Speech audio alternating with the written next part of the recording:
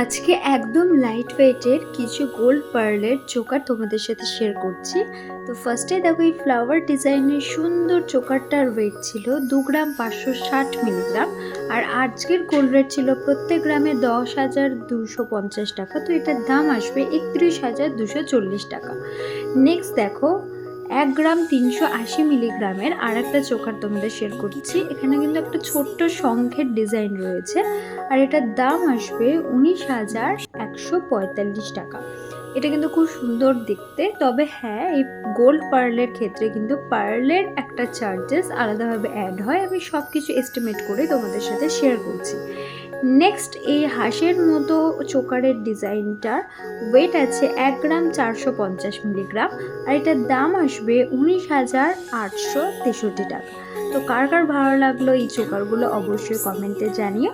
আর আজকের জন্য চলো টাটা।